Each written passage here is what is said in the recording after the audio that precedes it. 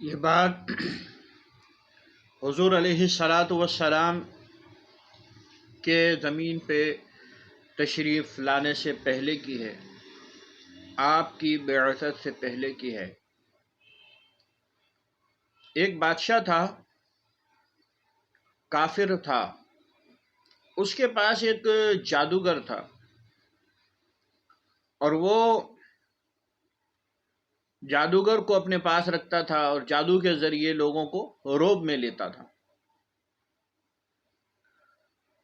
تو جادوگر بہت بوڑھا ہو گیا تھا۔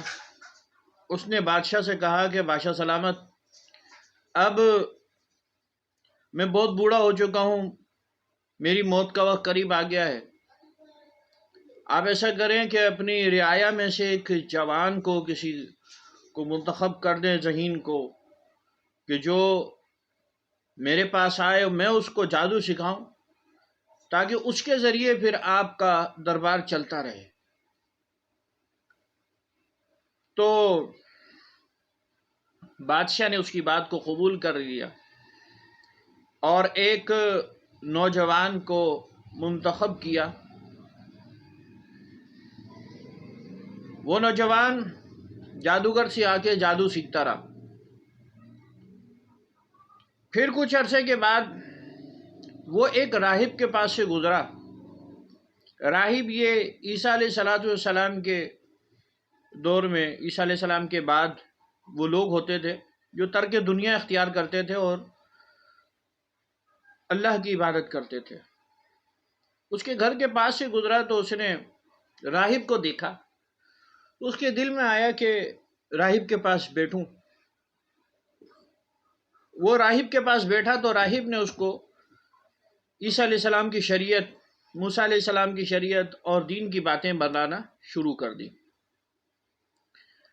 نوجوان بہت متاثر ہوا۔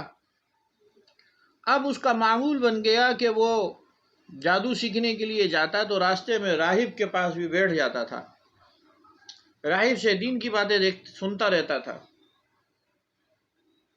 اب ایک دن ایسا آیا کہ اس نے یہ سوچا، اس کے دل میں خیال آیا کہ راہب صحیح ہے یا وہ جادوگر صحیح ہے۔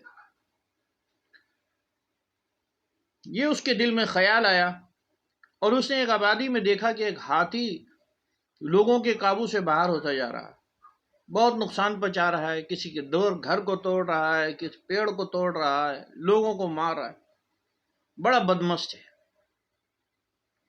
لوگ ادھر ادھر چیخو پکار کر کے بھاگ رہے ہیں۔ اس کے دل میں خیال آیا کہ کیوں نہ اس ہاتھی کے ذریعے ہی دونوں کا فیصلہ کر لوں کہ کون صحیح ہے۔ اس نے ایک پتھر اٹھایا اور پتھر اٹھا کر اس نے گھما کے یہ کہہ کے مارا کہ اگر جادوگر غلط اور راہب صحیح ہے تو اس پتھر سے اس ہاتھی کو مر جانا چاہیے۔ اور دل میں سوچا کہ اگر مر گیا تو راہب صحیح ہے اور جادوگر غلط ہے۔ اس نے پتھر مارا اور پتھر سے ہاتھی مر گیا۔ جب ہاتھی مر گیا اس کی سمجھ میں آ گیا کہ راہب صحیح ہے اور جادوگر غلط ہے، تو وہ راہب سے دین سیکھنے لگا، اور یہاں تک کہ راہب نے کہا کہ تم میرا کسی کو نہیں بتانا، اور اللہ تعالیٰ نے تمہیں منتخب کر لیا ہے۔ اس نے لوگوں کو دین کی تبلیغ کرنا شروع کر دی، لوگوں کو دین میں داخل کرنے لگا۔ بادشاہ کو جب یہ پتہ چلا تو بادشاہ نے اس کو گرفتار کر لیا، طرح طرح کی اس کو سزائیں دی، وہ کسی طرح سے بھی مرتا نہیں تھا۔ لوگ اس کے دین میں آتے چلے گئے، کثیر تعداد لوگوں کی آ گئی۔ پھر اس کی آزمائش یہاں تک پہنچی کہ بادشاہ نے اس کو قتل کا منصوبہ بنایا، اس کو قتل کرنے کا، اور جو جو اس پر ایمان لائے تھے ان سب کو قتل کرنے کا منصوبہ بنایا۔ ایک بہت بڑا اس نے گڑھا کھدوایا، اس میں اس نے لکڑیاں ڈالوا کے آگ لگا دی، ایک بہت عظیم آگ تھی، اور ان لوگوں کو جو اس پر ایمان لائے تھے ان کو پھینکتا جا رہا تھا اور کنارے پہ بیٹھ کر خود اپنے مصاحبوں کے ساتھ تالیاں بجا رہا تھا، خوش ہو رہا تھا.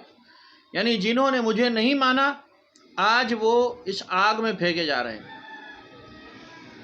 تو اسی میں ایک واقعہ یہ بھی ملتا ہے، حدیث پاک میں نبی کریم صلی اللہ علیہ وسلم نے ارشاد فرمایا کہ عورت اپنے بچے کو گود کا بچہ تھا، اس کو لے کر وہ آگ کی طرف بڑھ رہی تھی.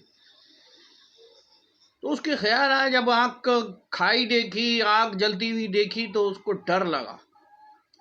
تو اس کے گود کے بچے نے اس کو کہا کہ ماں ڈر نہیں، یہی حق ہے، اسی میں کامیابی ہے، یعنی تو کود جا. اور وہ اپنے بچے سمیت کود گئی. گود کا بچہ بات نہیں کرتا، لیکن اس بچے نے بات کری، حدیث پاک میں ہے. اب یہ ایمان والوں کو ڈالتے جا رہے تھے، کافی ڈال چکے تھے، لیکن اللہ تعالیٰ نے قرآن مجید میں ان کا حال بیان کرتے ہوئے فرمایا. ان کا حال کیا تھا؟ اصحاب الاخدود کا. ان کا حال یہ تھا کہ وہ تالیاں بجا رہے تھے، خوش ہو رہے تھے، لیکن پھر کیا ہوا؟ ان کی مڈیر جہاں پہ وہ بیٹھے ہوئے تھے وہاں سے وہ ٹوٹی، زلزلہ آ گیا، اور وہ سارے کے سارے جو تالیاں بجا رہے تھے، خوش ہو رہے تھے، وہ سارے کے سارے اسی کنویں میں گر پڑے جس میں آگ لگی ہوئی تھی. تو اسرائیل جو ہے نا، یہ بھی فلسطینی بچوں کو مار کے یہ لوگ خوش ہو رہے ہیں اور بہت تالیاں بجا رہے ہیں اور آپس میں خوش ہو رہے ہیں کہ ہم نے ان کی نسل کشی کر دی ہے. نسل ان کی بھی ختم نہیں ہوئی اور نسل ان کی بھی ختم نہیں ہوگی، کیونکہ جو اللہ کی راہ میں قربان ہوتا ہے نا، اس کی نسل میں اللہ تعالیٰ برکت رکھ دیتا ہے. تو فلسطینیوں میں ان کی نسل میں برکت ہے، اور اسرائیلیوں میں یہ حرام ہے، ناجائز ہیں، کافر ہیں، ان کے اندر ان کے نسل میں برکت نہیں ہے. تو ان کی نسل ختم ہو جائے گی اور فلسطینیوں کی نسل ختم نہیں ہوگی. کیوں؟ اس لیے کہ وہ اپنا اور اپنے بچوں کا خون اللہ کی راہ میں بہا رہے ہیں، اور جو خون اللہ کی راہ میں بہتا ہے اس میں برکت ہوتی ہے، وہ بڑھتا ہے، گھٹتا نہیں ہے.